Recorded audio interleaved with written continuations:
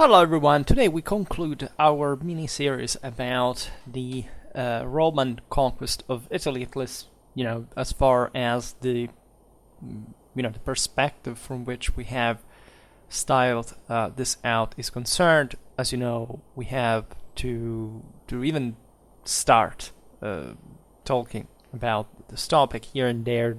I've already said something, made a video about the Battle of Suessa, etc., but it's really a lot of stuff. We haven't even began to see in detail the various other peoples inhabiting the Italian peninsula at the time. We haven't even talked about, the Pyrrhic War or in depth about the Punic Wars. So as you understand, there's really a lot ahead of us, but also before, chronologically speaking, this timeline. In any case, today I wanted to reflect on specific aspect of Roman conquest that, as we've seen, was defined by an incredibly aggressive mentality from the side of Rome. Right here, we have outlined a system that was not just hungry for booty and slaves, as pretty much everyone was at the time, but was also in great need of fresh land, at least in order to enact most of the defensive policies that were needed, and that would unavoidably, seeing the functionality of this cycle, push forward. Right? It was just an ability. Everybody would have liked to do that, but here we're just answering that question: why and how Rome succeeded so far, and why. And of course, we always trace a great part of this reason, if not the decisive one, to such forward kind of impelling, forward-oriented impelling ideology of victory that started as connected with this annual rhythm of warfare from a bit of a tribal, seasonal, feudal background into fundamentally permanent occupation of overseas countries in the from the 3rd century, admittedly, the 3rd century BC onwards, and the full affirmation of what we call the empire as such, right? So this Romano-Italic confederal core, right, of ethnic interland and political ties and social dynamics that proved to be extremely solid, even against the the leverage made on it by a military genius like Hannibal, right, and what he was able to carry out, in fact, on the same Italian soil. And that is the base of the empire that we have analyzed, militarily speaking, at the acme of its power, but that, as we've seen, also from a Roman perspective, Roman mentality, Roman standpoint, had really reached its own peak in the 4th century BC. Right? This is somehow curious. Of course, the Romans would develop a further sense of themselves with the various conquests. Right? We can't even talk as if these were the same. Let's say, points of reference, really, that even from a mythological and historical point of view were shared exactly in the same way. But the Rome, over time, but Roman culture was also very conservative, inherently conservative.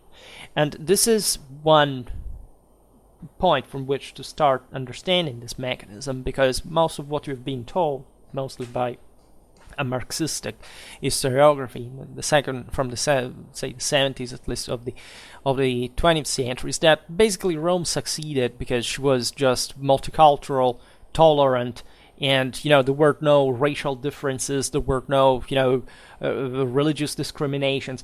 I don't know even with which courage people came up with this concept, and even more how other people began to believe that, but from an evidently passive, ideologically passive standpoint in that regard. But even, that this is the trap that we've been set, is that for which many people just can't stand the concept of Rome nowadays, because essentially they have forgotten the entire traditional deal, right? The only Roman history that they have ever learned is not just the one of these oppressors that conquered the free, brave, pure, and absolutely peaceful and open and prospering people that were living outside for without trace of any self-evident and macroscopic civilizational and millenary and ecumenic achievement. But even worse, that most of the people that criticize Rome from the standpoint, of course, are much more similar to radical leftists, if they weren't, in fact, radical, say, I don't even call them right-wingers, because I don't believe that that's the thing. To me, as you know, the concept of fragmenting power, the concept of destroying, it's, of course, the proof, again, of the millenary self-hatred that humanity had for the incapacity of accomplishing anything that Rome was able to do. And for the last time, for the only, considering what was achieved there in the last time. But that even have the courage of claiming, in the sense, that there was something anti-traditional in Romanity. Let's leave aside the fact that until nationalists and or socialist ideologies in among the fourth estate, underdeveloped masses, did not quite exist right until 200, 300 years ago, when any single empire, European empire, was based exclusively on the absolute concept of Roman identity. Right, and the same reason why, the symbol still of the United States or Russia is the eagle, right, in spite of the shortcomings, to say the least. And basically, Roman symbolism camps in the entirety of the civilized world, as far as any institutional, political, cultural symbol, for no reason, right? As if, by the way, countries emerged from, like mushrooms from somewhere, and these empires were just some sort of metastatic anomalies that had to be destroyed because being poor, underdeveloped, and powerless was better than having actually a unified, universal, and properly traditional empire. But the thing here is that we have arrived to the point that it's gone beyond recognition, right? Not even alleged conservatives, even great mass phenomena of the last decades, whatever, that are looked up to by, mostly these same masses, have ever stated out, right? After all, it doesn't take really that much. It just takes to have studied, history of religions, for that matter. But of course, in a way that at least from a continental European perspective, in some objectively, at least of the most objectively qualitative institutions, maybe we can't study simply, that's another point. We pretend that, academies in the world are good only if, a country is considered some sort of progressive in a sense, but it's obviously not, right? There are some, and the dichotomy there is not being underdeveloped. There is no dignity in being underdeveloped. That's another problem with the world. There is not a, oppressed world of true, hard-working, traditional, but poor countries that really see it because they have deep values. Those do not exist, right? You can't be a country founded namely on tradition, but having literally nothing to do with that. Because if the people that make it up, as they mostly are, dramatically and radically undereducated, poor, stupid, ignorant people, really, it's as if, and the proof of in fact, the sheer lack of their power as peoples, as countries, as polities, is the proof of the traditional incapacity of ruling the world. I mean, the entire tradition is based on the concept of being the only power that rules over all human beings in the world, right? And this entire concept is the one that, paranoidly, of course, any human who is of course, feels threatened by somebody who's more successful and superior, more advanced, more intelligent, more capable, and more powerful than them, has to retreat from. Right? Sometimes we act as if we had to be scared by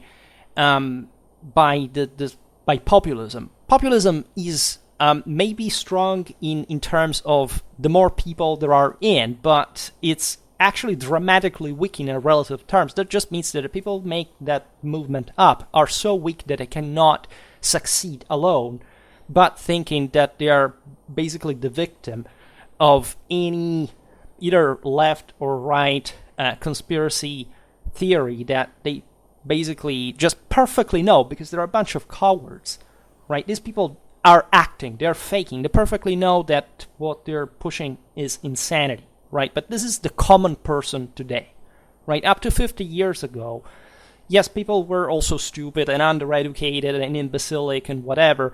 They may have not understood anything about the religion as they do nowadays that they allegedly profess. This is absolutely the case for the majority of believers, and let's not even talk about atheists, etc.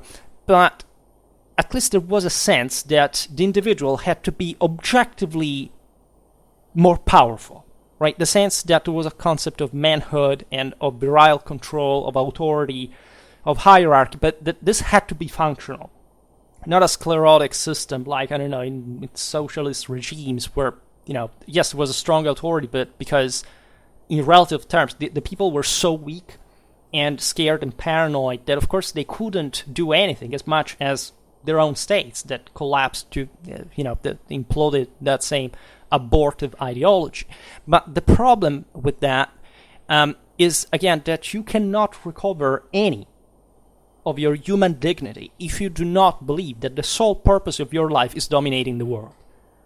This is the only thing that makes objectively sense, right? It's not a matter of this kind of atheistic, materialistic sense. Oh, I just have to survive, basically, just to live in a way that satisfies my pleasures, and that gets down to, in fact, how hydrated I am, or how, I want to satisfy this immediate urge, and then not essentially applicating yourself to anything, to any enterprise, to any goal, to any ambition.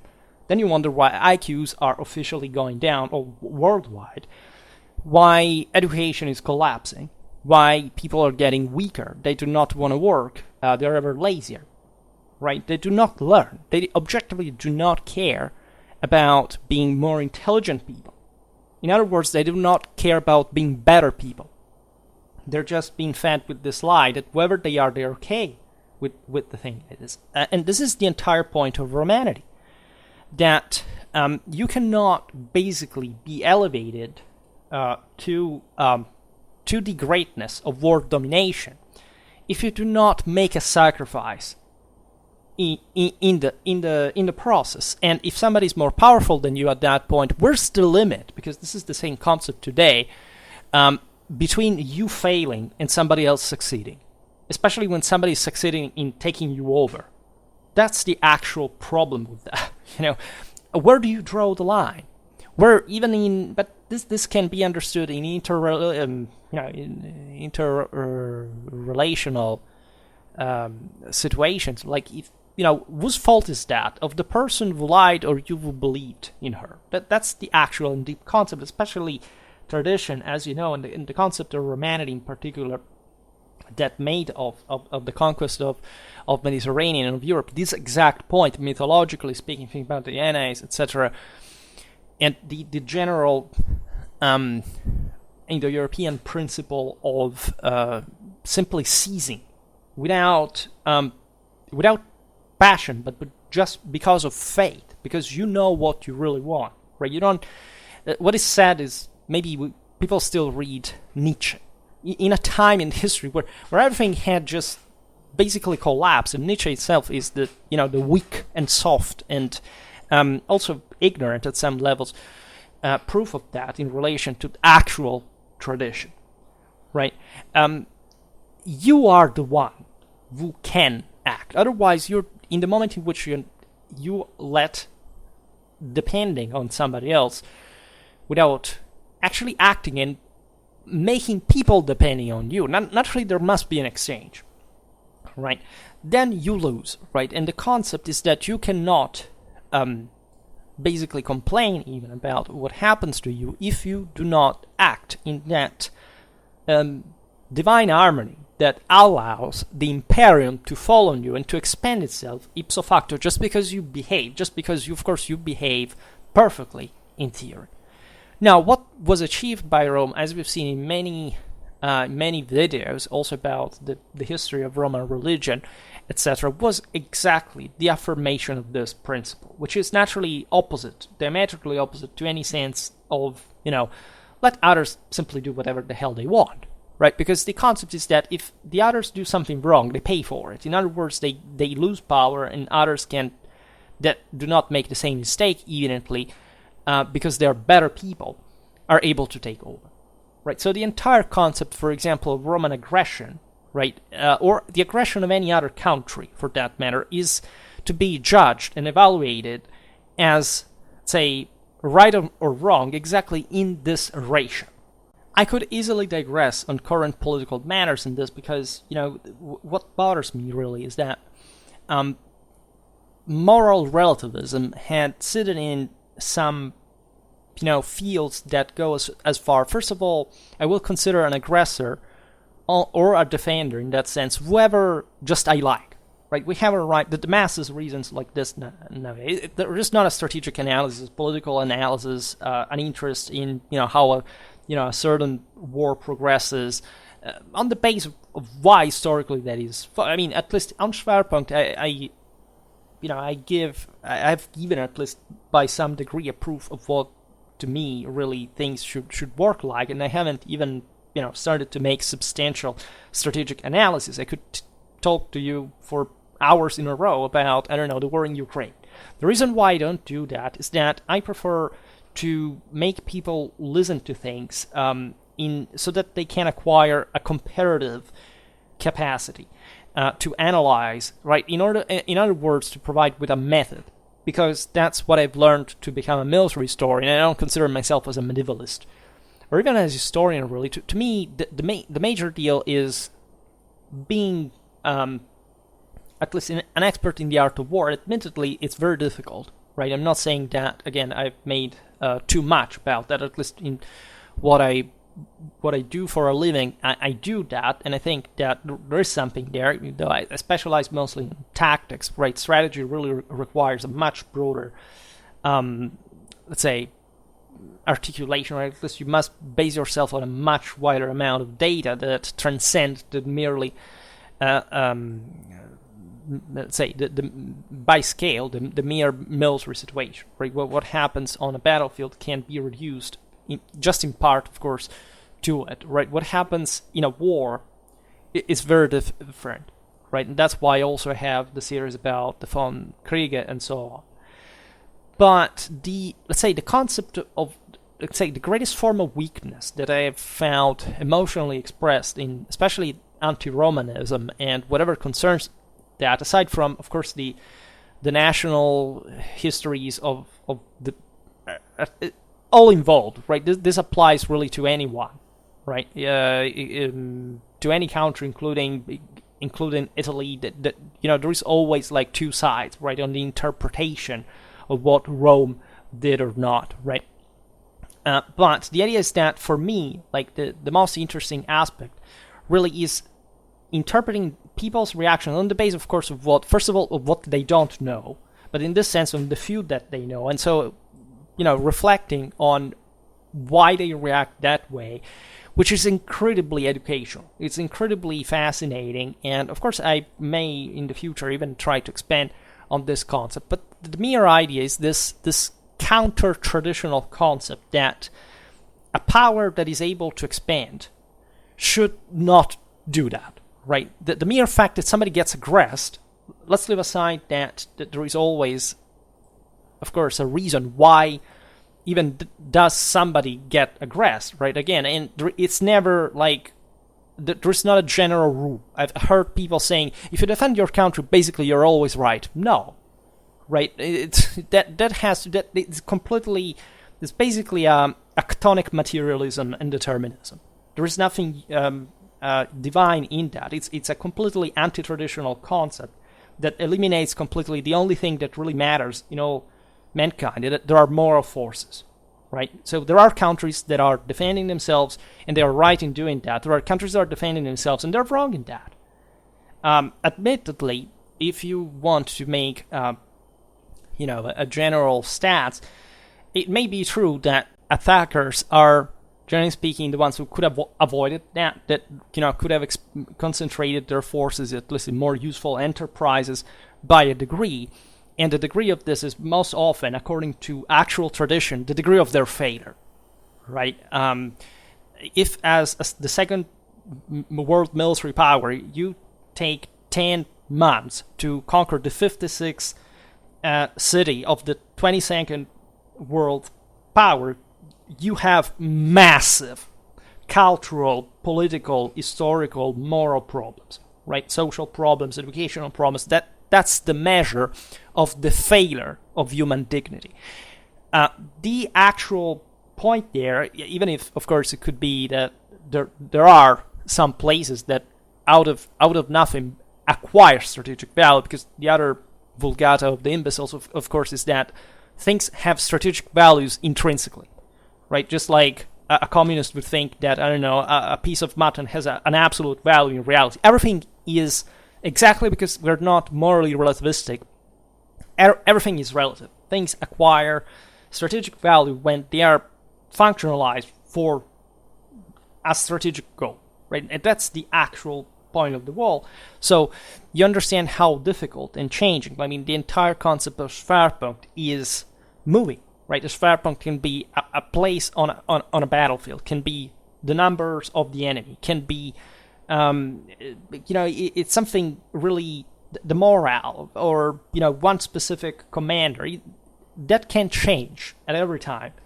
And I still have to talk about the Schwerpunkt as such in strategic education, because again, the more I turn around, aside from some strategic analyst that at least gets things right, not much because they have a strategic education, but because at least they know well, maybe they're informed constantly about a certain theater, they know the countries, they follow their policy for many years. I don't really see around, right? For example, banally, there is a flourishing of strategic studies, schools, centers for politics, for economics, for these things. And the question is, what do they actually, not much what do they teach, but what did they actually learn to be so? When military history is not studied, there is not a magic strategy of, Sun Tzu, magics floating in the hyperuranium. No, you have to be assertive, you have to be confident. If you are incapable, you get slaughtered in the first moment. Right, this entire weird kind of, I'm a completely ignorant thug. I do not understand anything. I do not study. I do not read. I'm not successful, but, I act like as if I were. I don't know. I go to the gym every day, so I'm big. And I'm not really complex because I am, at least physically speaking, I can't complain about my qualities, and I say it the same. That means to be a weak human being. It means that you're a failure of a human being. And the problem is much more serious than you think, especially if you do not wake up to the fact that if you're in your 30s, in your 40s, in your 50s, you're always being like that. You have basically wasted your entire manhood for the better person that you could really be, right? For not talking about the people that do not even want to make any effort to be better in any kind. But without theory, without method, without background, without expertise, you go nowhere.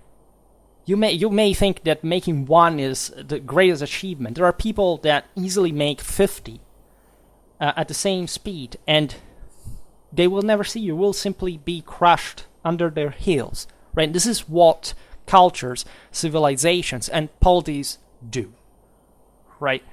This is not to say that you should give up, because the Romans, of course, were the first ones to believe in this creed. That is, again, let's also consider who we have in front of us, because we are the ones who know to be God's chosen people with the mission to take over the world. But this can be accomplished only if we manage to make those forces that we want to tame our own, because the entire, again, concept of divine transcendence is based on this. You cannot be a purely Apollonian, I think I'm perfect person without getting your hands dirty and spitting blood and being beaten, having setbacks. That makes you even just weaker and weaker. That's what we see nowadays, right? All alike, if you search for girls, it's all they have 16 kilos of makeup on their faces, have all Instagram. They claim that, I don't know, cooking at home as wives would make them mentally ill.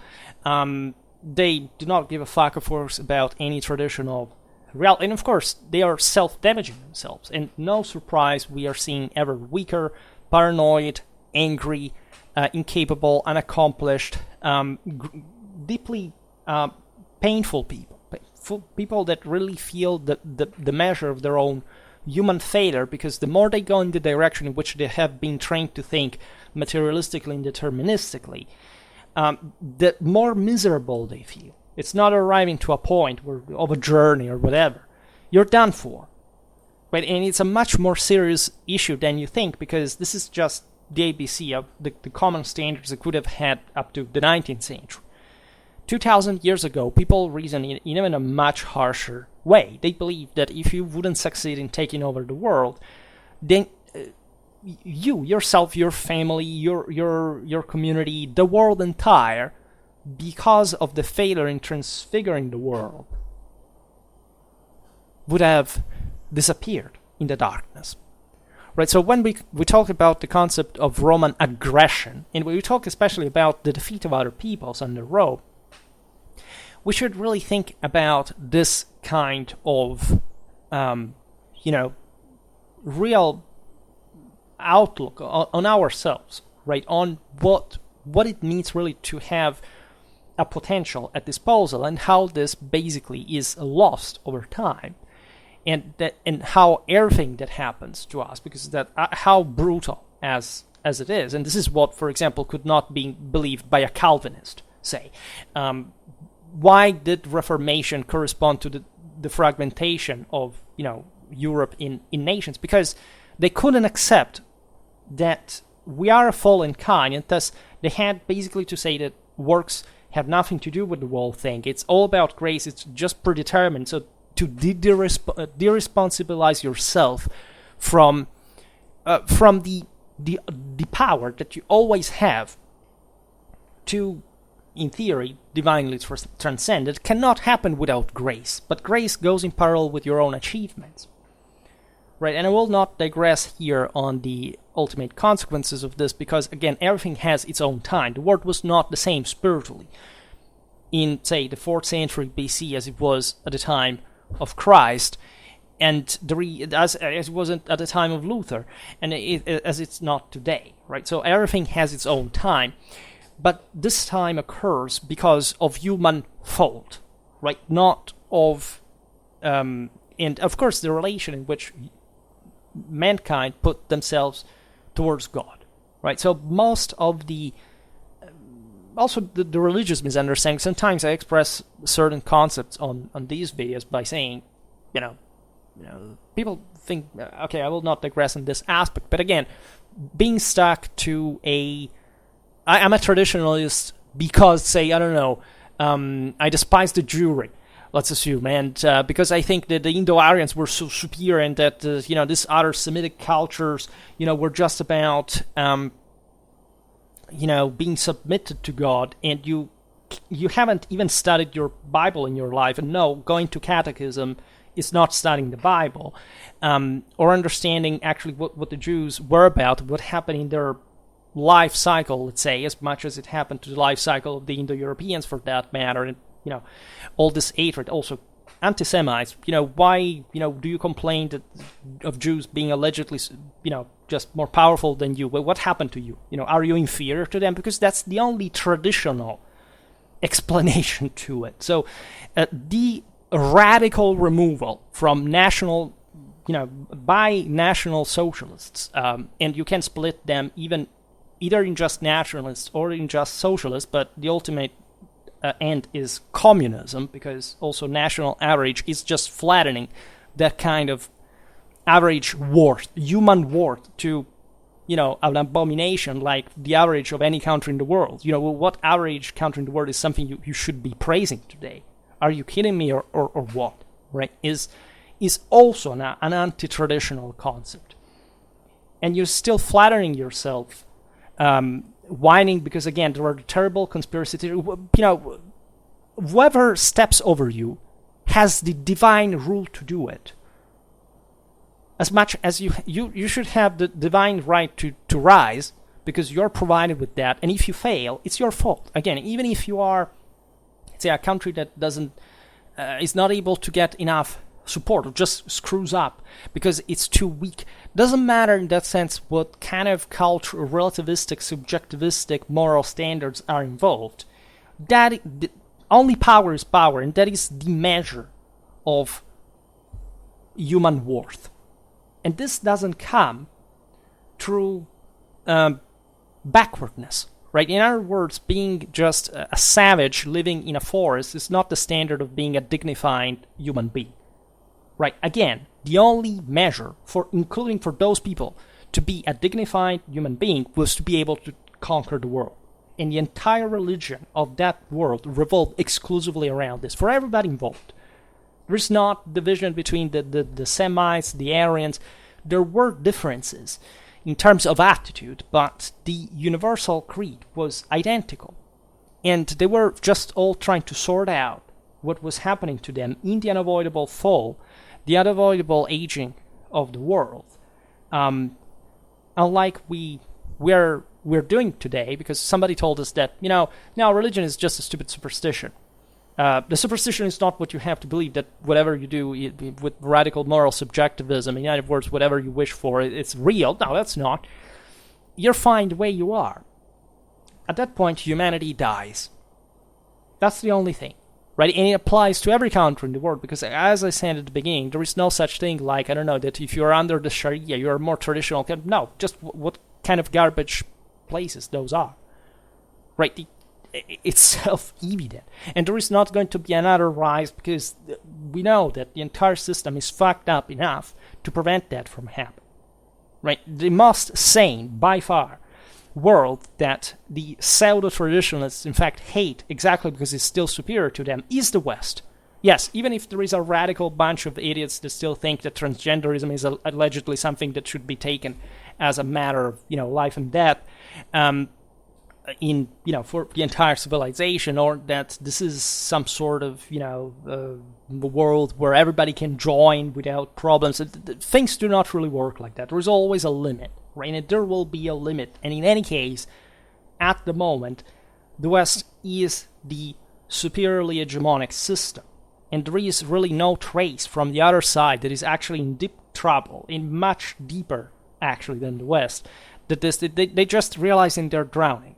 That's the problem, right? They're not drowning necessarily to a Western domination of the world to be reactivated magically tomorrow. That's not really how it is going to happen. But in this case, also historically, in many other times that we can witness, was really one I research. The most advanced systems, the most powerful ones, the ones that already got it, that were already powerful, are the ones that really stayed the best, right? And that really still were a civilization and kept growing, right? And not others that at best could try to run after them. This aspect is particularly important because until we get rid of the entire relativism revolving around, again, I'm weak, but I'm actually the strongest. No, you cannot properly even understand any video that I make, first of all, but you cannot understand really history for what it is.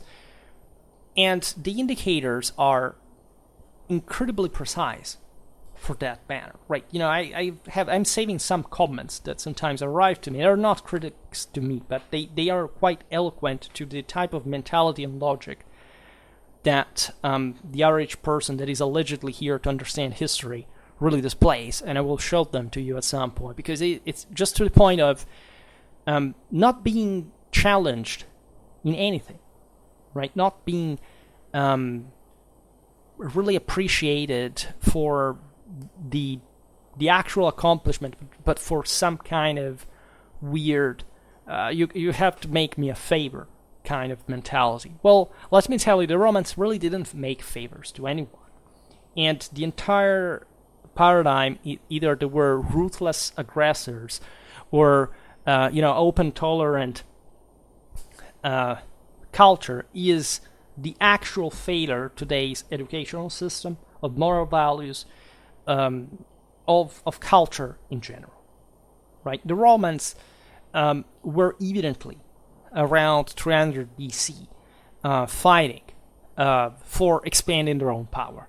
Right? And the reason why they believed they could do that is not just that they had been proving they could do it, they would go on with that mentality, but that exactly for that they had the inherent qualities that were needed to succeed, and they were becoming self-aware about that.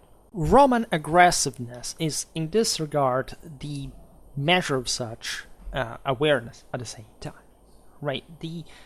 For example, Fides concept. So an idea of a trust, of a good faith, the Bona Fides, right, is a firm idea that we are essentially all one in the current human condition, right? And the only way to, say, cooperate in order to succeed in transfiguring the world is being faithful to God as much as the greater power that rules on earth. Right? This is a crucial concept, again, that is being somehow Fides, if you look, I don't know, at Wikipedia, that they find all this kind of, again, Marxistic strange idea. It's a sort of weird thing of allegiance to the group, or to some contracts. It's just because it's just about contractualism. Now, let's make a bit of other socioeconomic brainwashing, right? This concept, the concept of Fides, means that somebody is establishing a world order. And if you especially have given your own word, in other words, you have not lied, because that's also how the system works. If you lie, God will strip you of the imperium, right? So if you that's why the Romans, for example, were ruthless against those who they had defeated and had basically given up, and then swore allegiance to Rome, and then broke eventually that pact. Right? The Romans had a great admiration towards those peoples who defended their own, even freedom, because the Romans were aware of the concept of libertas, and so the fact that we're in another, we are all, in fact, we have a bond with each other, right? And there is we're always interconnected to the degree that we're never really free of any other, because we cannot be fully free until we are a fallen kind, right? But in this sense, the competition between the various powers worked in a fashion that recognized to, again, everyone the possibility, again, of picking up arms and standing their ground, proving what they were made of, morally speaking, right? So this fact especially was cared enormously about. The Fides was used to even lure some other peoples into war with Rome.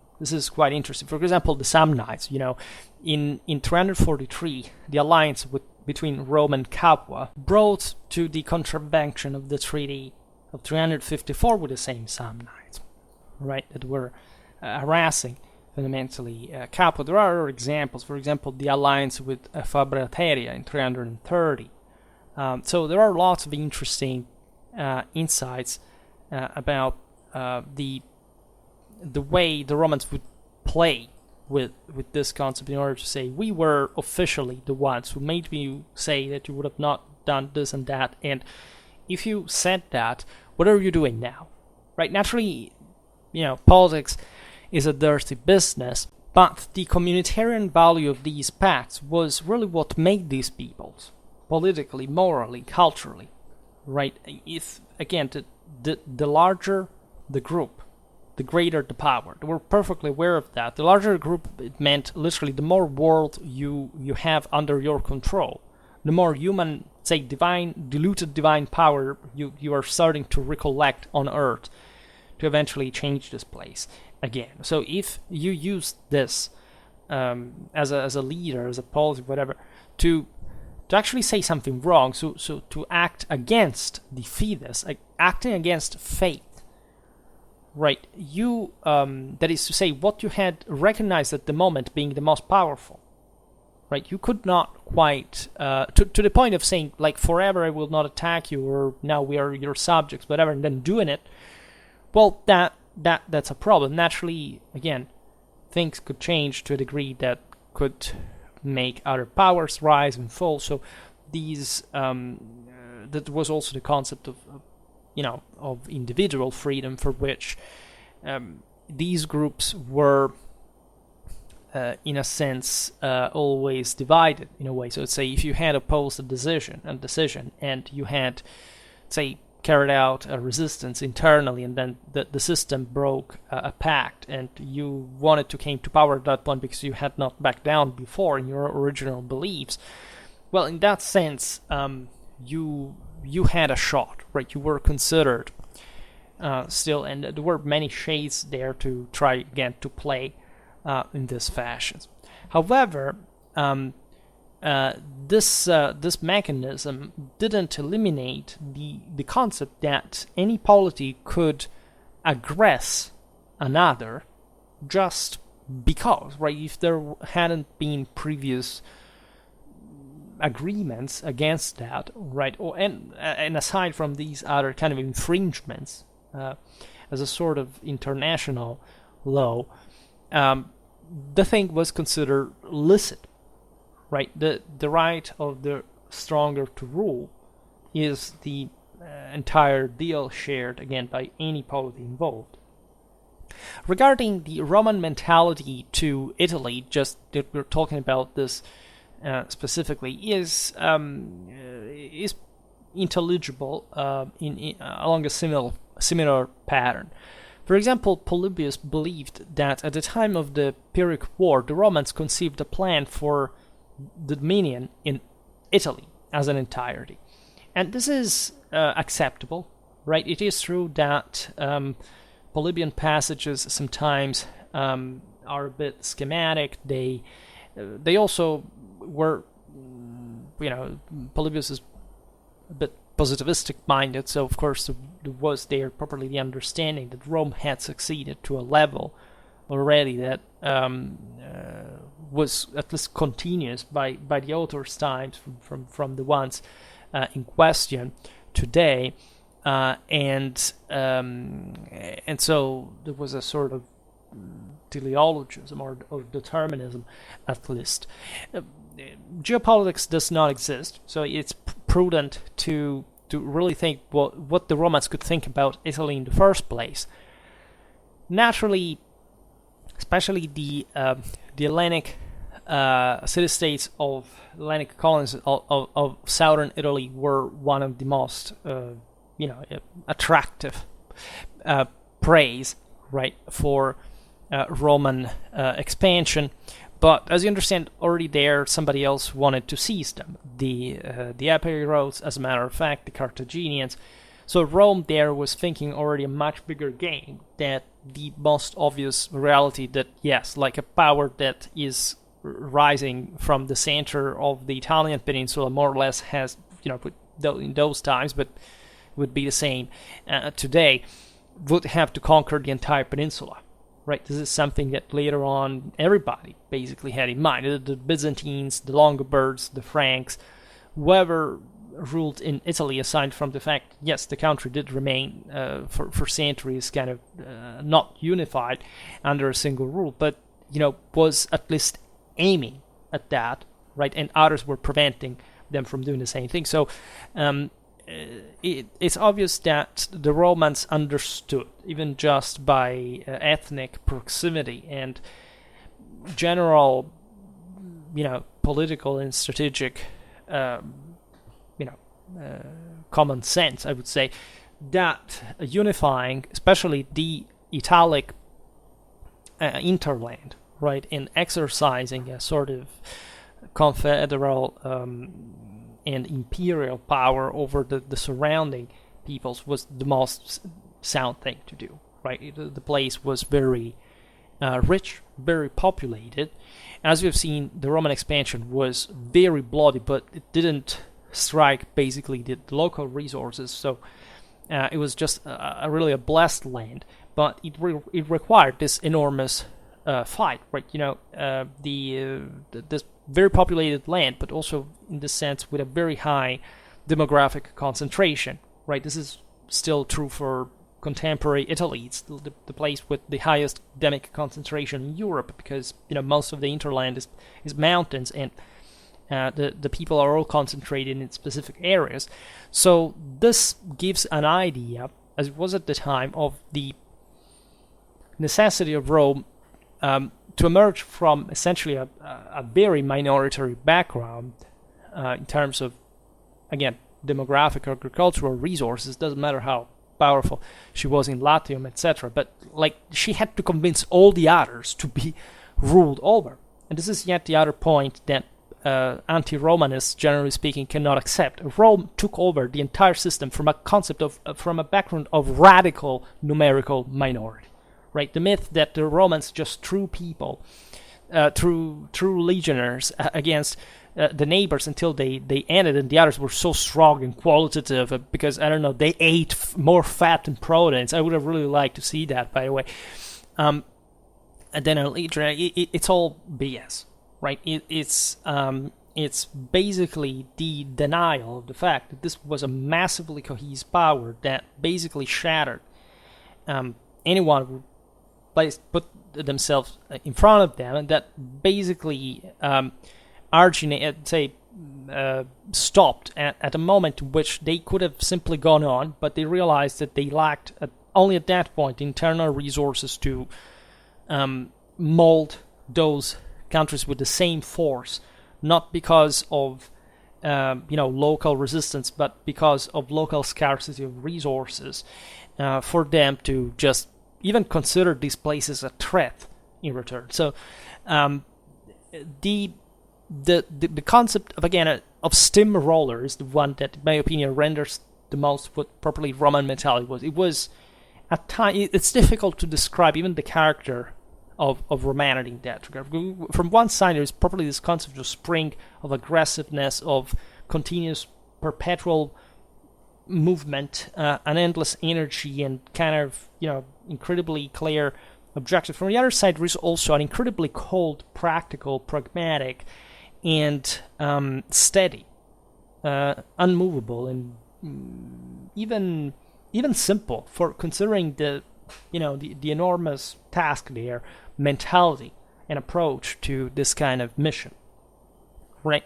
So things changed over time in Roman history, but it's interesting to see also how historians describe this aspect differently. For example, Livy was writing a Roman history mostly, presenting a positive face of the same Romanity as a Roman himself, right? So in that he was very, very interested, especially in the moral implications, right, internally to these peoples, and to show from the sources within the same Roman world, the very different ones from the one like a Greek like Polybius was using, and from a different perspective, etc., that were aiming at looking at, again, the reason, right, in the common sense and the righteousness that the Romans had displayed in order to convince others to be essentially conquered and eventually to partake the same Romanity, once they had proven with a dramatic tribute to be at the same level, right, to earn the in fact the full Romanity, that we think it was just a matter of rights as citizenry, but it was really the concept of comparticipating in the imperium and having been qualitatively superior to your subjected kings to have deserved that to happen. And objectively, the tribute required by Rome on the Allies was enormous, but at the same time, so enormous had to be the Allies' support, because without that, you could have simply, it's a mathematical equation, it would have not convinced them to do what to do for Rome. And Rome, again, was starting from zero, and as we've seen, it rose extremely fast. So you can't quite simply make the point that, I don't know, there was a cohesion, a previous cohesion that brought this to, or on some other basis to convince these populations were subjugated, were probably brought under, and Rome had the strength to keep them under, and to even make them fully okay with that at the point that they wanted to become Romans themselves in order to share the benefits of that ever-growing conquest, which seems an incredibly logical way of looking at the entire thing, because you cannot explain Roman history differently, really. Where's the room there for some kind... Again, it's as if there were a balance in the history of civilization. You can't be just about, okay, I stop here and I pretend others to just follow. No, it will not work. Nor you can simply keep beating others without any sense, giving them nothing. Right? So there is this magic balance that a very few civilizations ever achieved, and that, in my opinion, the Romans constitute the best examples of. And considering the results, that's also, I think, difficult to debate in the first place. Now, there were ruthless behaviors. Again, this depends on the actual political strategic context. For example, the same Livy, that was blind to much of Rome's aggressiveness, describes consistently the ruthless treatment of the Aequi in the years 204 and 3, right?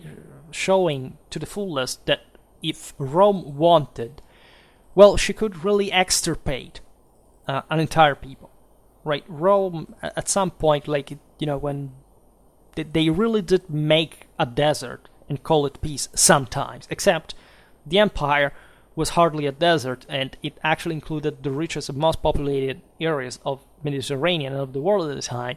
So evidently that cannot apply, but to places where what existed was not even worth maintaining, right? And rather, wiping it, say, would have been better wiped out at some point, right? It was really obvious, right? We've seen it in various context, mostly on the frontiers, that Rome didn't care even to spend the manpower to permanently occupy certain areas. But if these areas created troubles, well, they just arrived, they raised everything to the ground. Say for 100 years, the local situation was so desperate that there not even a local power capable of challenging Rome further would have been available. And we know that because they stopped making those raids, but Rome didn't occupy those places either. So again, that pragmatic mentality was very well showed in these instances. The Aequi were also say an Apenninic people, as we've seen. I made videos about a bit like the background of these, say, mountaineers, and then the folks of the plains. Things were different. For example, Rome treated very differently the Latins and the Campanians in 338, who were also to provide the backbone of Roman power in the late 4th century, right? And it's difficult not to see there, even though Rome was doing it for quite pragmatic reasons, a just and humane, attitude, right? That was showing there the fact that it was useless for Rome even just to oppress these peoples, because they had to participate, after all, to what just asking, right? And it was already a big deal that she had not decided to more stubbornly damage them, because it would have been silly. But so showing from one side you have the power to convince them, but showing also this kind of mercy, right? And this opportunity to redeem oneself. The concept of redemption here is the crucial one, right? The Latins and the Campanians were naturally more civilized peoples than, say, the Oscan mountaineers.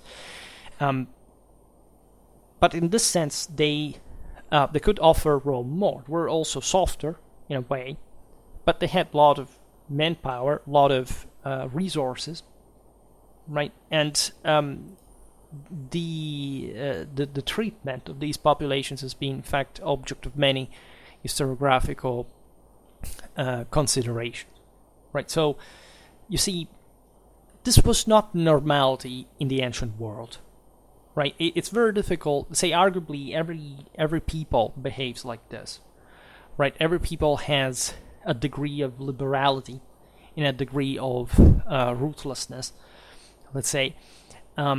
But in no time before Rome, essentially what we call a republican city-state, but in this sense it's something truly more open than that, right? Because it's more like a people entirely, right? That manages to build a world empire, right? And shaping thus human history for forever, and essentially betting on those options that would bind the conquered and the conqueror for the sake of mutual interest. So through prudent liberality. Unfortunately, most recent historiography, as I was saying before, picked mostly so these were a liberal leftist government of some sort. They were really a republic. They weren't like, those feudal savages or whatever. But the point here is that Rome actually asked, and I made this clear in that video about the Allies, an incredible toll, right? Rome was not saying, okay, well, I defeated you, but okay, let's become Roman, and the others, oh yeah, let's become Roman. No, right? The concept was still done on the tip of the sword, where Rome was really the next door bully. There is no doubt about that. But the concept exactly for that was that, look, we could really shed here a lot of blood, right? But the question is, if you do what I tell you to do, we can share the profits with this other thing. In the meanwhile, however, I remain in charge. I'm the one that never forgets. I'm the one that remains always here, because Rome was very well politically and socially based at this point. It had, however, at some point proven that was her deal, that there was, again, a solidity behind this project, and that was not using liberality for the sake of it, but it was just, say, measuring what seemed to be fair for those people's standards. Still with this ruthless agenda after all. Rome was not doing this for anybody's sake but her own, because Rome was as we've seen, divine chosen entity that was leaving this relation within herself, again, already through mechanisms we've seen that were extremely conflictual at a point, but that did help this world to be more powerfully shaped from the within.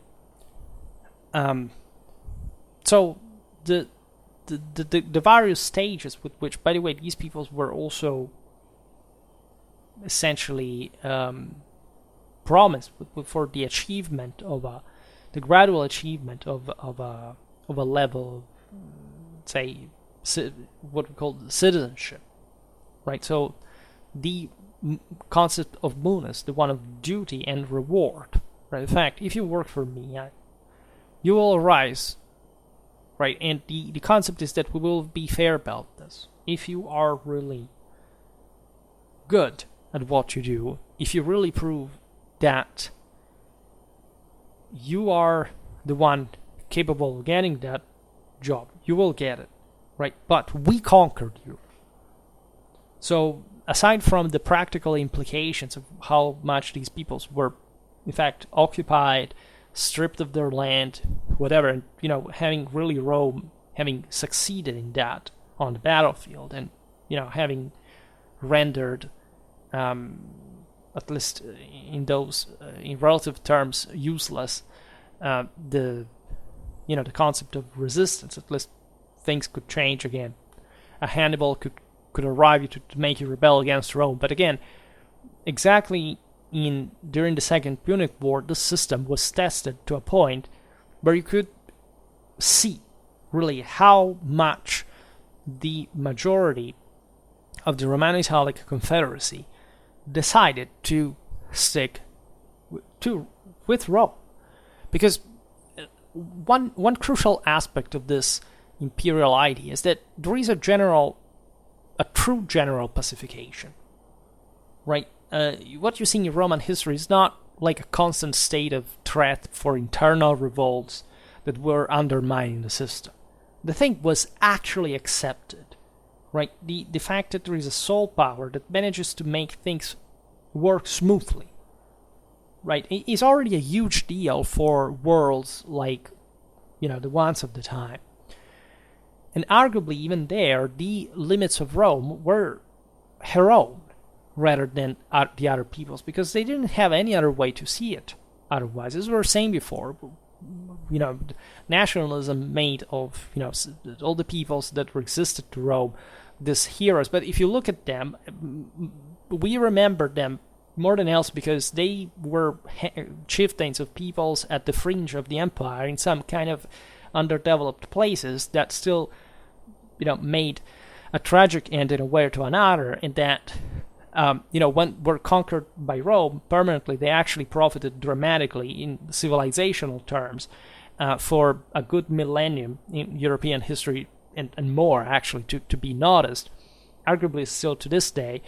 From the outer, they would just in fact remain destabilized, poor, even when they succeeded in occupying the Roman territory. They didn't create a powerful empire that had basically managed to crush Rome. This didn't happen. At best, Rome crumbled in some areas, and some minor powers compared to her replaced her, and never achieved what Rome had fundamentally achieved in terms of political unity. There is no comparison, right? The most successful were the Franks, because they bonded right from the start with the Roman Church and the Gallo-Roman elite that were some, the most successfully and civilizationally Romanized areas of the world, and that still, in this sense, where much of that Romanity had been preserved and still came to rule, of course, legislating in Latin, and so on, right? Vice versa, other lands that fundamentally remained a bit, that had given up more easily, right? Like the Hellenic world, comparatively.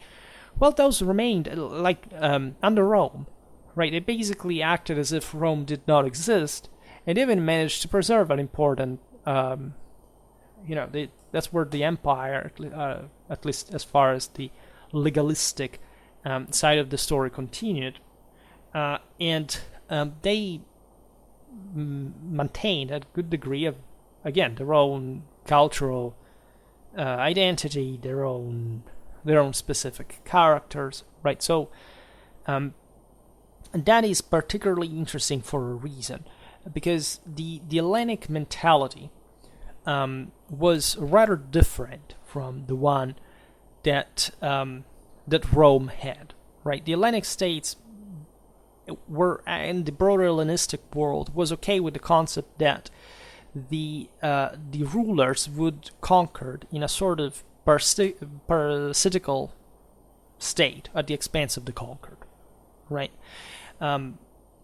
That was also the same one that brought the Hellenistic world to decline, to be conquered by Rome, in terms of political, like the fact that these remained culturally distinguishable places doesn't mean that they didn't feel the burden of the Roman conquest and government.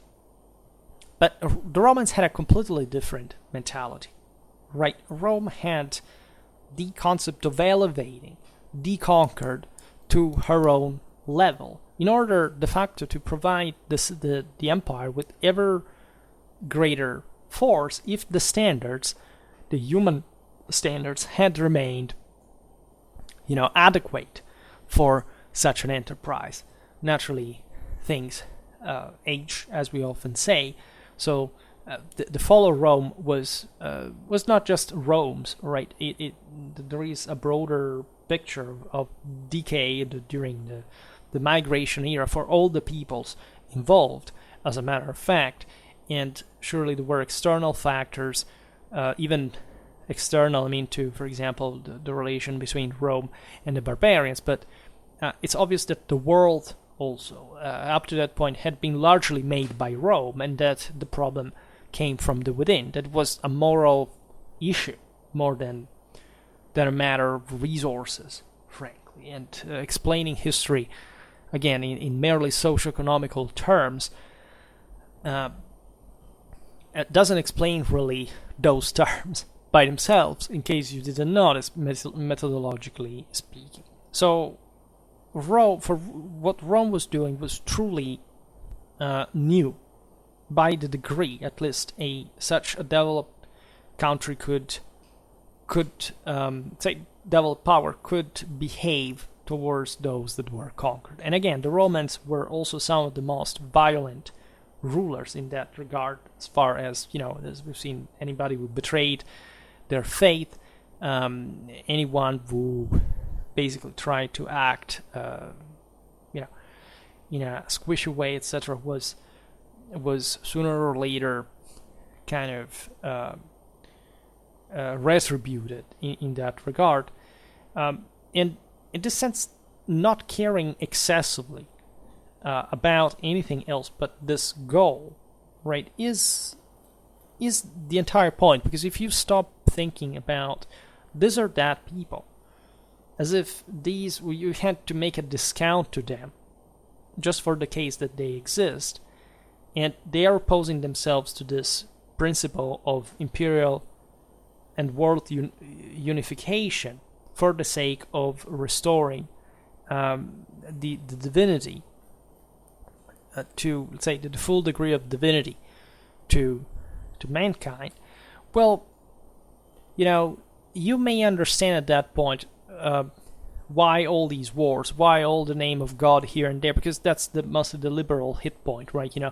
These wars, you read the Bible, you transform yourself in a genocide or something.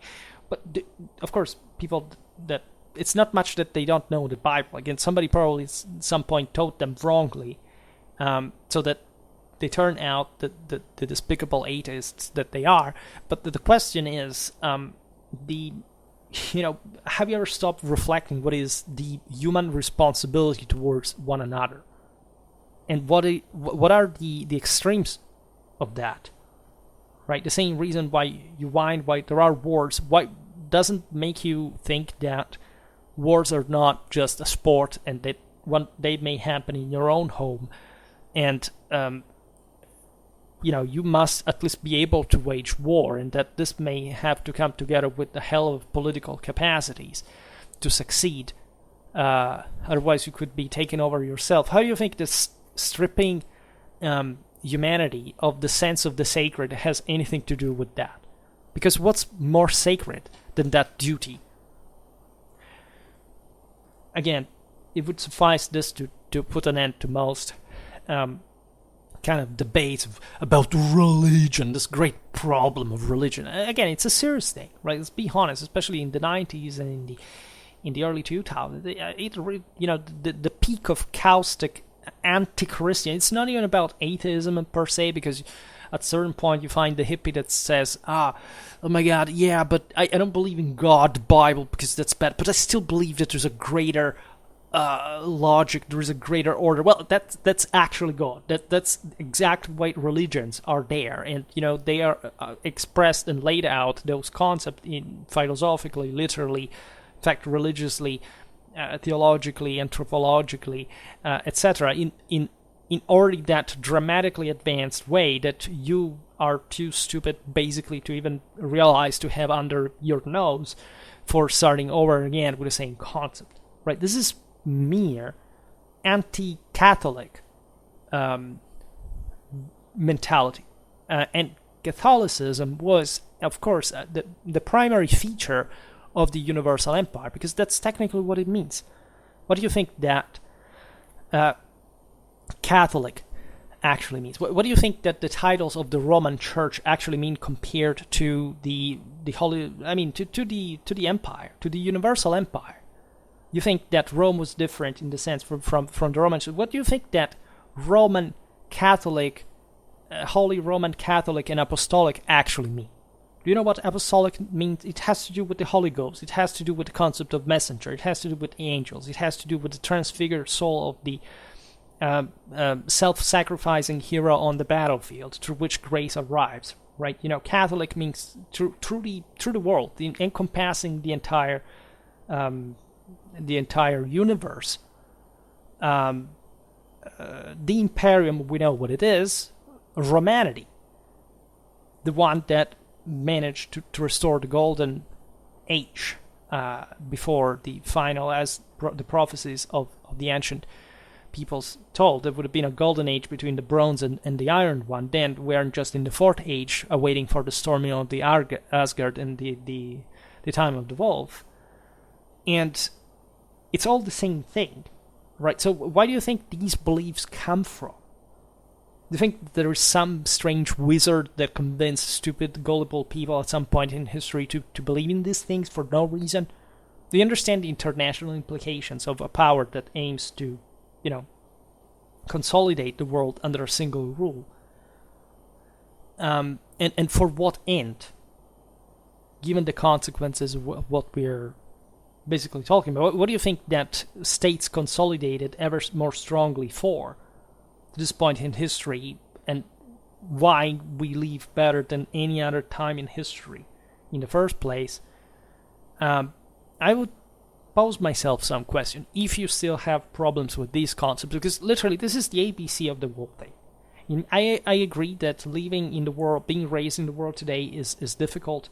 They do not explain you the stuff, but that's why we should study history, because it's not just a way of saying, oh, well, this is just a little story about these people and that I read about because, I don't know, it tickles my kind of national stereotyping and it sounds cool, and, it talks about war, and, maybe this, it makes me more,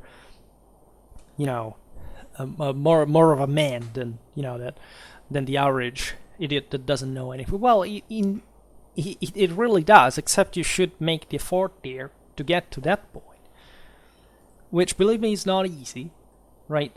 But it's all worth it, because it exemplifies how much what you're struggling against is not some kind of arbitrary belief set by someone, but it simply means to be struggling against your own sin, your own fallen nature, your own fault that you caused on yourself, right? Even the Enlightenment, at least the good part of it, stated that. At least I'm a great fan of Kant, as much as von Clausewitz and Hegel, for a reason, and I had my avatars for a reason, because you can see those same military principles in the von Krieg being reflective of that awareness. That is to say, it's not because we are faulty that we should stop and do nothing about our own faults. This has to do with the surpassing of those faults, with saying, damn it, I will make it to be a better person. Because it's not possible to live otherwise. Who cares about the current me if I can be a better one? That's the only thing that a person should be thinking of every day.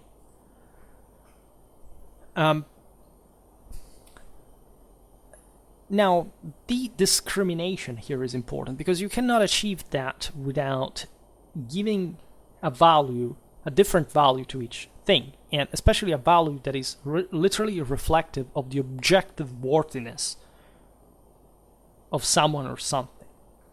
For example, since Rome had not granted the full citizenship, the civitas optimo iure, right, civitas Romana, to Capua, so this Atlantic Etruscan center that the Oscans had, however, hegemonized at this point, and the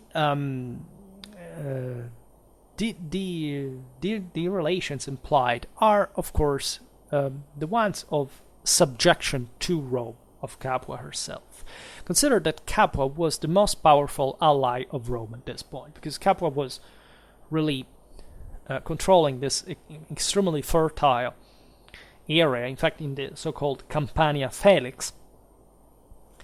And if you look at the bulk of Roman forces at this point, again, in terms of manpower, especially in agricultural resources, Latium and Campania were really sort of twin regions, and were quite the ones which Romanization really expanded the most in many ways. They were different, and this difference was showed in the fact that, again, Capua was Rome's most powerful ally, but still subjected to her.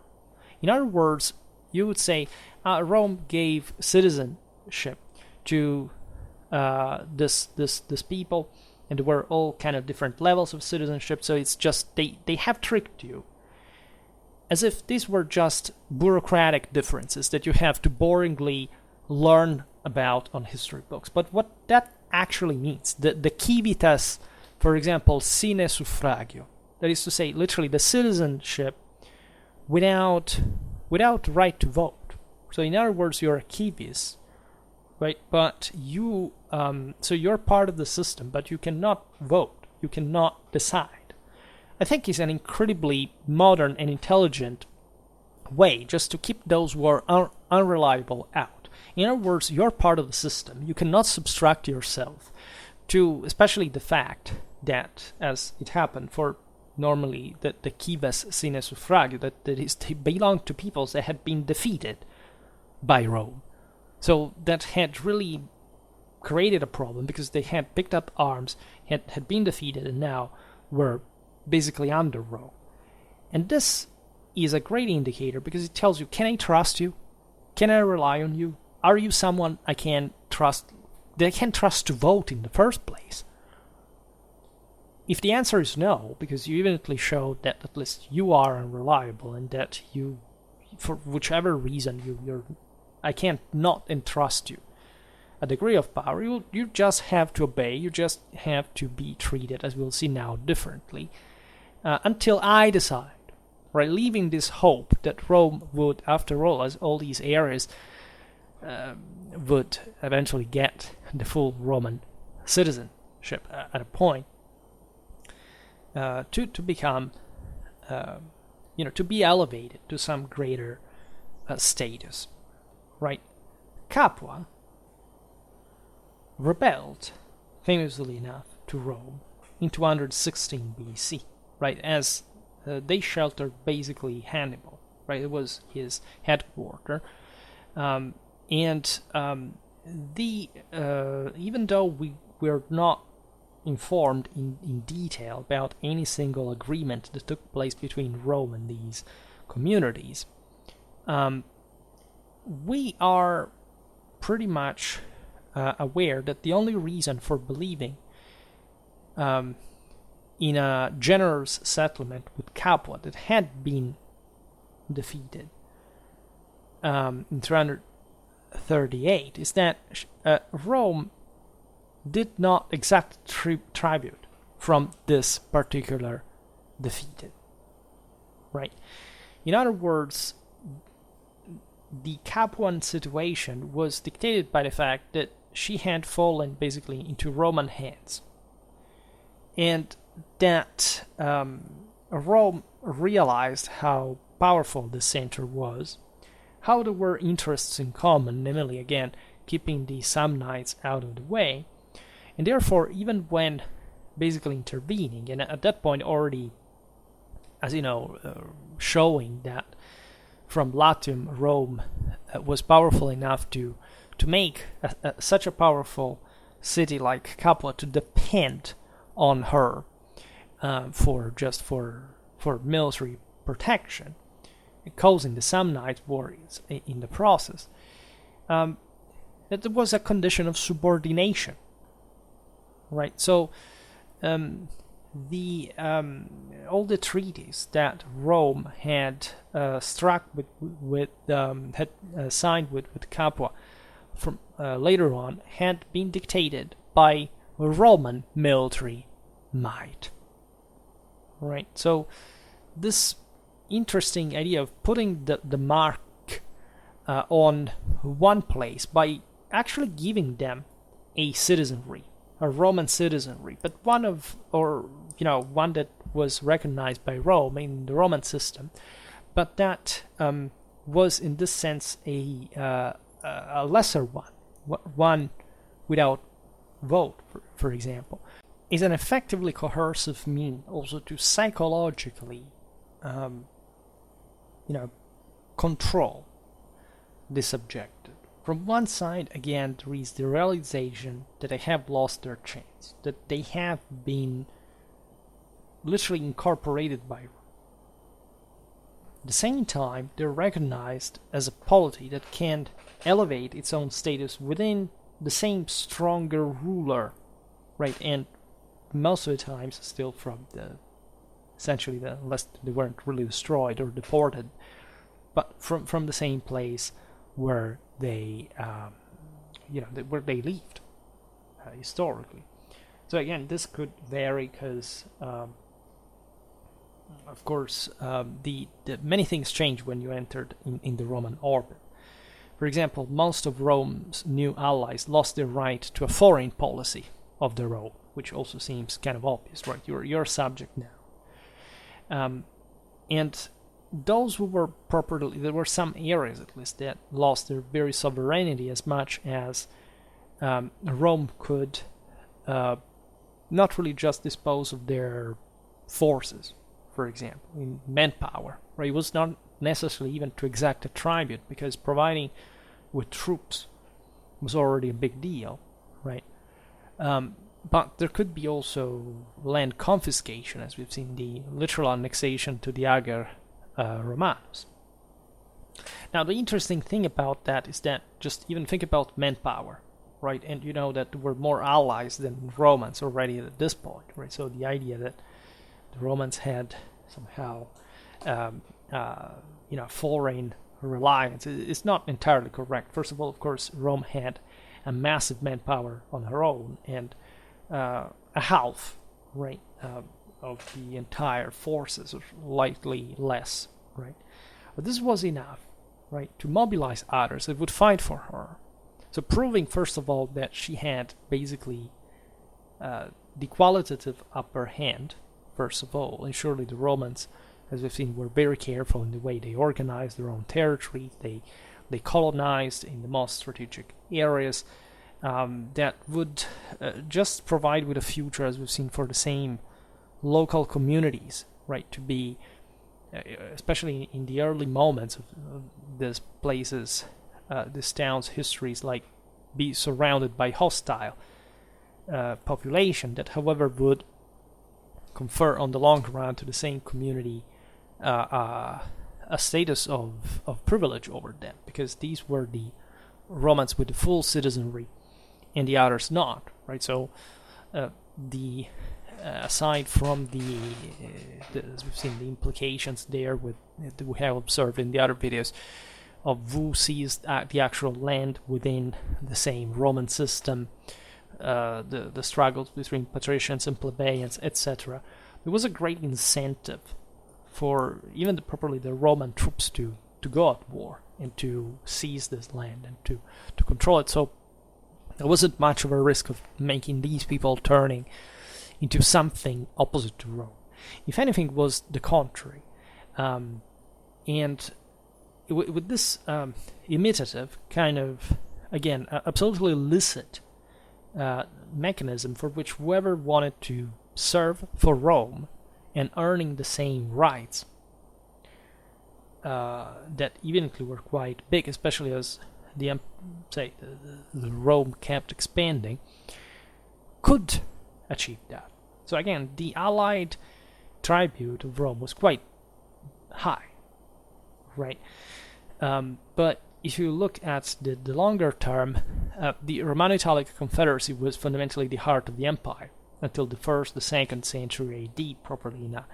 Also, Italy maintaining actually much higher standards than we think, even in the later Roman Empire.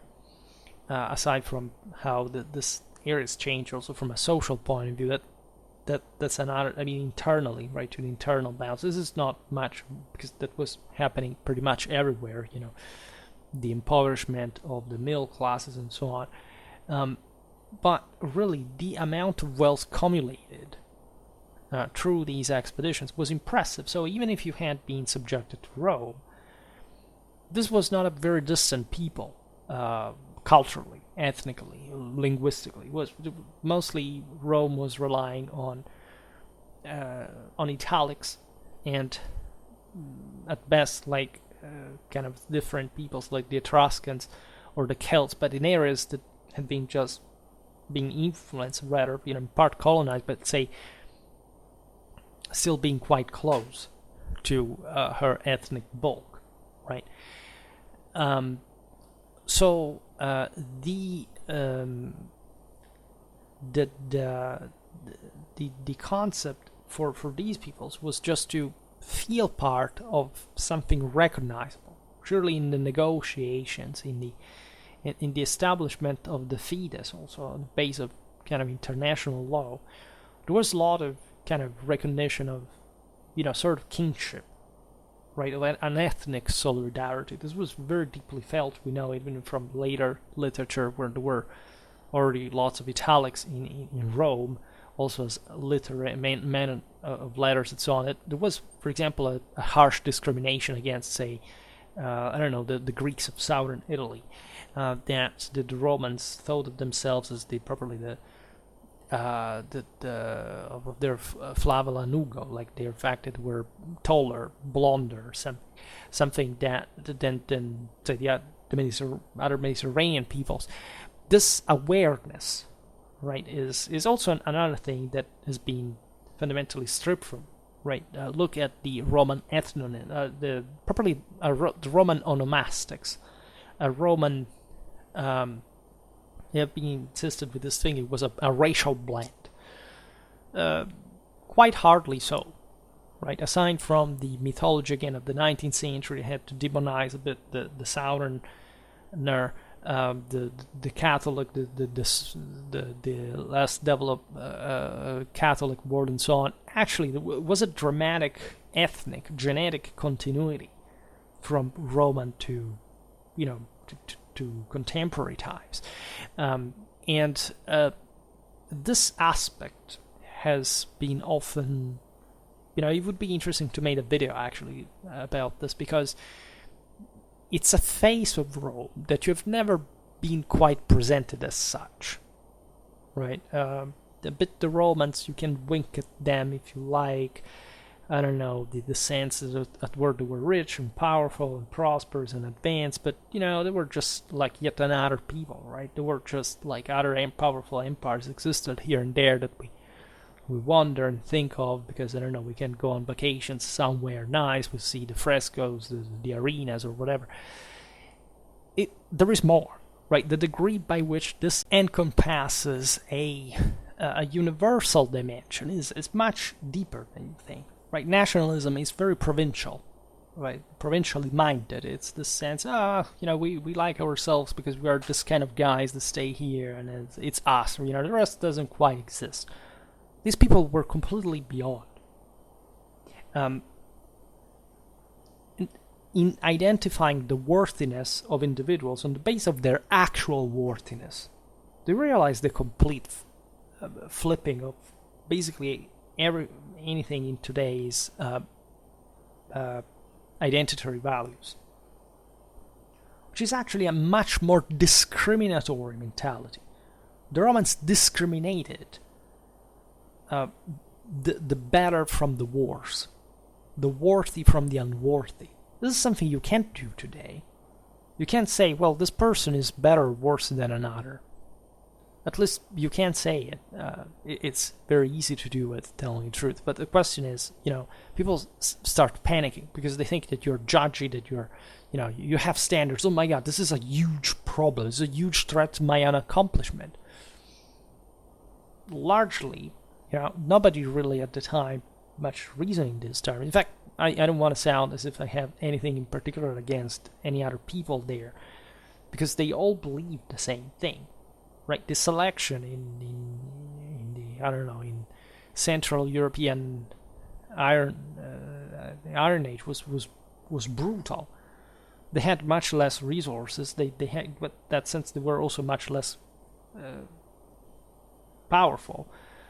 But in this sense, they struggled even harder to kind of select with incredibly brutal, when not sadistic. And think about how the individuals for the comitatus, or even just in the Zippe, the men were chosen, the boys were chosen to serve in the army, right? Those were, you say, people complain about the Roman gladiatorial games, but you have to pay the study of what happened to those people.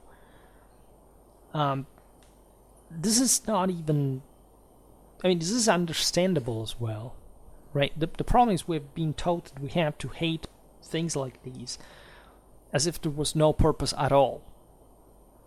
And that, indeed, this was a world of misery. I'm not saying that, there was much of a thing I would trade in absolute terms, like, but in relative terms, definitely exactly because they had too few, they didn't have as much as we have. They needed to work in a much more selective and discriminatory and correctly evaluating way, let's say, than we do, right? The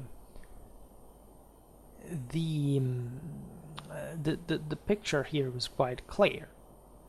Capua, Campania had fundamentally been brought under, and of course being Cives there without voting was a meager, say, way to compensate for the fact that they had, for example, lost the entire Ager Falernus, from which seemingly also the best wine in Italy came from. It was an incredibly fertile area, it would remain historically, because the Romans had seized that, right? And actually, what must have appeared also as the measure of their failure is how much they had at least struggled, and how there were other Roman allies that, by going in line, such as the Latins with their economically prosperous colonies that were also somehow demilitarized compared to the same Roman ones, were much more like garrisons, right, that would also make the local communities avoiding military service, because it's as if they had been always at war in this kind of frontier. Must have stood as a symbol, in fact, of subservience, or at least of what the most recalcitrant allies hated. Right, somebody that had simply settled for Rome. So we know how, on the longer run, this thing came to work, right? We also do not quite have much of the opinion of the Roman allies laid out, because basically the Rome or the Greeks wrote about the story, and even though these internal tensions are evident, there is actually a lot about the story. Make videos about that, but we mostly see them as they were the losers, at least in the initial phase against Rome. So it must have been really difficult for them to cope with this situation. There was the so-called formula togatorum, that basically were the impositions that the allies had, especially in military nature, from Rome, right? Military contributions in Italy and overseas. However, on the longer run, the allies would also get what their, in fact, Fides would have earned for them, right? Also, there were objectively some political and strategic situations in which these peoples wanted to remain with Rome. For example, when in 225 the Gauls invaded central Italy and were eventually defeated at the Battle of Telamon. Well, we know that the allies were grateful for Rome, considering the leadership and the protection that she had provided, because at the end of the day, especially in Etruria or in other places where again there was already an elite, an establishment, whatever, yes, they had to contribute with their own forces for Rome and so on. But generally speaking, being from the side of such powerful polity was, again, a massive investment. An investment because she continued to grow, and Rome was just next door, and if you just were peaceful with her, they would simply co-opt you. So there was not like a worse time that could happen aside from this initial contribution and test, in which you had to prove to be reliable and cooperative. Rome didn't have an interest in wiping you out. They wouldn't do that, right? They would do that if you were just keeping to rebel over and over and over again. There is not another example of Rome really taking out somebody, just preemptively. Maybe there are some episodes like some Gallic tribes, but I mean, we're talking about small communities that say maybe had even been faithful to Rome, but were taken out because the local strategic balance, political balance was a bit too, delicate to let them being there. We know that instead the Arverni and the Aedui were spared largely after the siege of Alesia. So Rome did calculate again in an incredibly pragmatic way. But generally speaking, the norm, the absolute norm is, again, I don't destroy somewhere that I have to rule on, especially if they are already developed places that are also the ones that seem to be just more compatible with Romanity, as it was in fact the case of. They were the most prosperous areas that would remain so throughout the whole empire, reflecting this aspect. On the other hand, it's obvious that there were some tensions based, at least in those places where the Roman conquest had been the most impositive and the local resources could simply allow for a revolt. This is also the pattern that really occurs in terms of, especially in the early Roman expansion. In those areas that's been especially subjugated from a short while, it would be normal to have some revolts here and there with the newly conquered peoples, right? That's the reason why Capua rebelled in 216. After all, again, they had a civitas but sine suffragio. There are also other episodes, but really what strikes you is how few they were after all. For example, the Ernici, after more than half a century of peaceful alliance with Rome, decided in 307 and 206 BC to shake off the Roman yoke, before actually their liberty was gone forever at that point. Nobody really understands clearly why they did that. But there must have been a set of considerations at that point historically, because either they thought that Rome was consolidating too much, it was the last useful chance that had already been a discussion in those terms among the local elites, or they were joining against Rome. This is before the Battle of Sentinum. That would be in a decade where Roman expansion could still be thwarted in practice. But at some point there must have been some sort of pride and some sort of belief that if they were really the better people, they could win, because God's favor would have been from their side. That this is a very romantic and fascinating idea, but at the same time, probably not such a pragmatic one. Right? In any case, Rome, especially with the smaller entities, or at least with entities that weren't so, let's say, so big just per se. I was thinking, I don't know, what they did with Carthage in the Third Punic War, or even Corinth, the same years. It was just not even minimal damage, but at least, there were single cities, right? The world would have gone on. even without them. But it was important to show what would happen to those who would rebel to Rome. Again, Rome could not tolerate somebody who had been subjugated and would simply, say, okay, we'll rebel again, just for the sake of it. That is foolish. Was seen as a form of Chthonic Dionysian hubris, re-emerging from the Pelasgian Telluric forces that Rome was just called divinely to crush, like a snake, like the eagle praised the snake. So this is and drawing the wisdom and the rejuvenation from these resources, a very dark view. But for example, Falerii, right, this that was as small as isolated, tried to rebel in 241 after Rome had, by the way, not just conquered the entirety of Italy, but also beaten Carthage. What was the sense of such a revolt? In any case, they were few. Right? Telling you the truth, there would be reasons that also are not entirely documented. Right? The fact that, even these polities would take these decisions is evidently connected with some kind of mechanisms we can't reconstruct entirely from a historical point of view.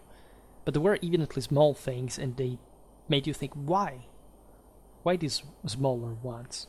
Perhaps they were being bullied by other allies that Rome had favored. This could be an idea, right? But in any case, we will see this also on other occasions if the chance arises. So, all in all, considering this balance, considering that Rome was, as we've seen, very direct, very straightforward, very fast, also in conquering all these territories, that her attitude was definitely the one of a prudent statesman, right? A prudent statesman that knew perfectly well that in order to control Italy, she had to manifest her real nature of conqueror, right? When the Romans crossed the Strait of Messina in 264 BC, so as Pyrrhus had allegedly, of course, prognosticated, that was kind of obvious in practice in starting the First Punic War. Well, what the legions were really doing there was continuing a pattern of systematic conquest, of aggression and invasion that the Romans had been carrying out for now, as we've seen, a very long time, centuries, right? And centuries that had brought the city of Latium to take over this entire massively again inhabited and rich place, and making it really a power now in the Mediterranean, and a functional one, right? One that couldn't quite be stopped at this point, at least in perspective. And one could say, well, but maybe it was easy actually for Rome to go. No, right? The Samnitic wars were pure hell. We know what these peoples were about. We know how they fought. We have seen the numbers. We have seen the brutality.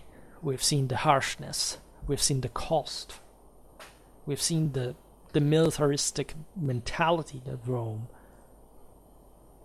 created together with her own concept of victory, and it's really,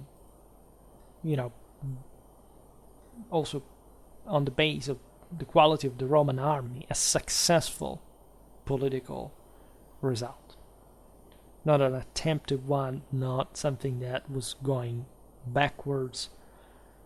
go backwards. No, the Romans had really turned this space into a significant dominion, which, as also still consolidating as it was internally, politically and socially, was following the right path, right? And historically wouldn't have any other trouble, as at best the social war was essentially a fight to become even more Roman. from these peoples, as you know, and de facto even succeeding politically, not militarily, but making Rome doubling on her actual internal, let's say, availability of manpower and kind of and political cohesion overall. So again, it's difficult to treat Roman history in my opinion in any other term than this, right? There are of course narratives that you can use to stress different aspects, whatever, but you can talk about economics, you can talk about social issues, but the question is, if you do not pass through these ones, how can you exactly explain what happened? Because again, this is political history, this is military history, this is evenemential history. This is not it's spiritual history, arguably, but it's not a deterministic one. It's not a static one. It's not a kind of simply a description of one.